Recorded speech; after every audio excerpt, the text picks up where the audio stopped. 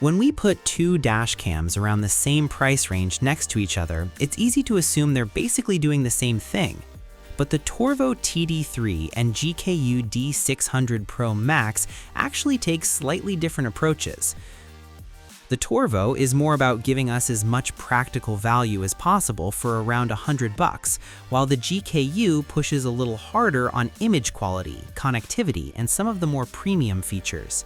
So the interesting question here isn't really which one has more features, it's which one makes more sense for the way we actually use a dash cam. And after looking at both of them, there's a pretty clear difference in where each one fits. Let's get started.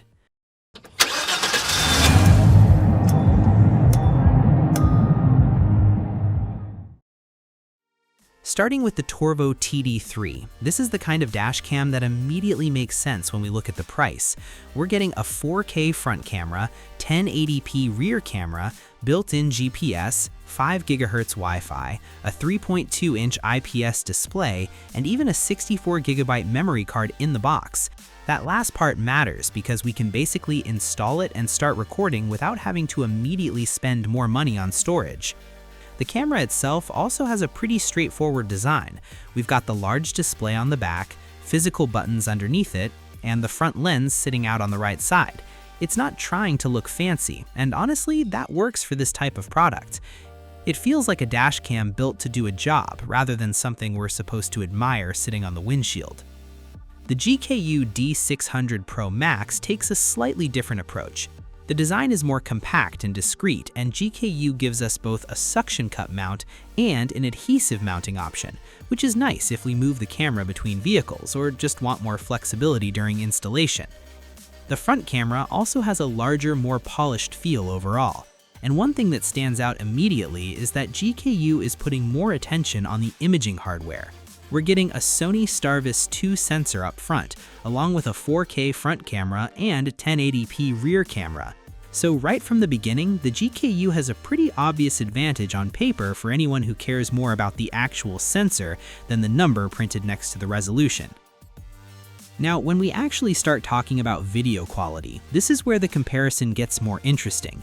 The TORVO TD3 records the front camera in 4K at 30 frames per second, and it uses WDR to help balance bright and dark areas. During the day, the footage is genuinely good for a camera in this price range. We get a wide 170-degree view, colors look natural, and there's enough detail to zoom into things like license plates and road signs after the fact. It doesn't have that exaggerated fisheye look that some really wide budget cameras suffer from either, which is a nice touch. For normal daytime driving, there's honestly not a huge reason to complain about what the TORVO produces. The GKU D600 Pro Max is where we start seeing a more noticeable difference. That 4K front camera is paired with the Starvis 2 sensor, and the combination gives us cleaner detail, particularly when the lighting gets difficult. During the day, both cameras can give us useful footage, but the GKU has a little more refinement to the image. The wider 170-degree coverage also gives us plenty of road around the vehicle, while the 1080p rear camera adds that extra layer of coverage behind us. So if our main priority is getting the cleanest footage possible rather than simply having a 4K label on the box, the GKU starts pulling ahead. And that difference becomes even more important once the sun goes down. The TORVO does a respectable job at night, especially under streetlights. Its night vision and WDR keep the image usable, and license plates can still remain readable in many situations. In completely dark areas, though, we do see more noise, which is pretty normal for a budget camera. The GKU has the advantage here because of that Starvis 2 sensor and its enhanced low-light processing. It handles headlights and darker sections of the road more confidently. And this is one of those situations where spending a little more actually gets us something we can see in the footage, rather than just another feature buried inside the menu. But video quality isn't the only place where these two separate themselves. The TORVO is actually very easy to live with. That 3.2-inch screen gives us a proper live preview, and we can switch between the front and rear cameras or view both at the same time.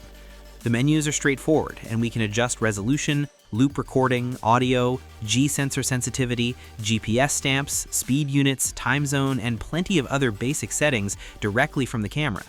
We can also connect it to the Vidger app over 5 GHz Wi-Fi, where we can preview footage, download clips, change settings, and manage recordings without pulling the memory card out. The GKU also gives us app control, but this is one area where it feels a little more modern. The D600 Pro Max uses Wi-Fi 6 with both 4.4 GHz and 5.8 GHz connectivity, and the GKU Go app handles live preview, footage downloads, settings, and file management. In actual everyday use, this is one of those features we don't think much about until we need a clip.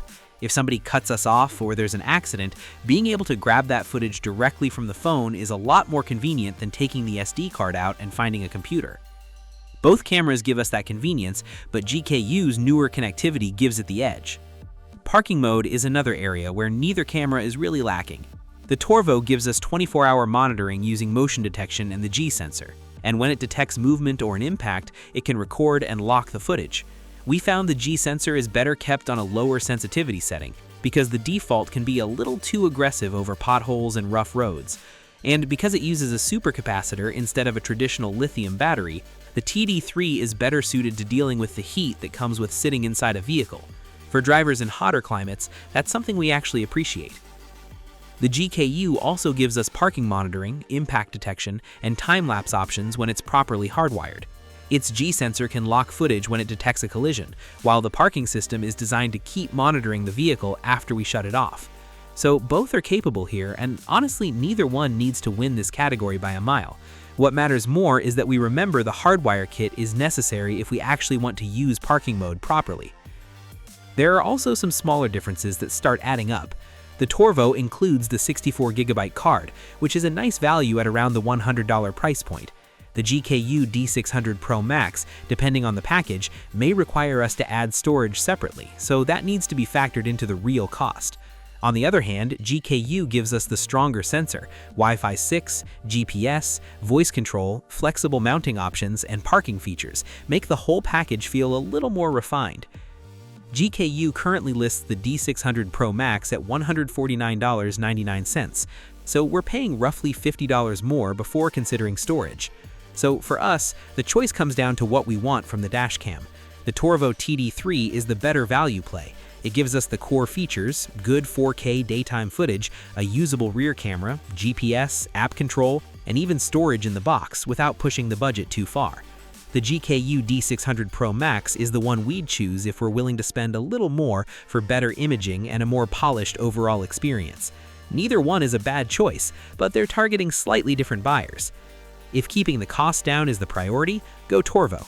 If we're looking at this as something we'll keep in the car for years and want the better camera system from the start, the GKU is the one we'd pick.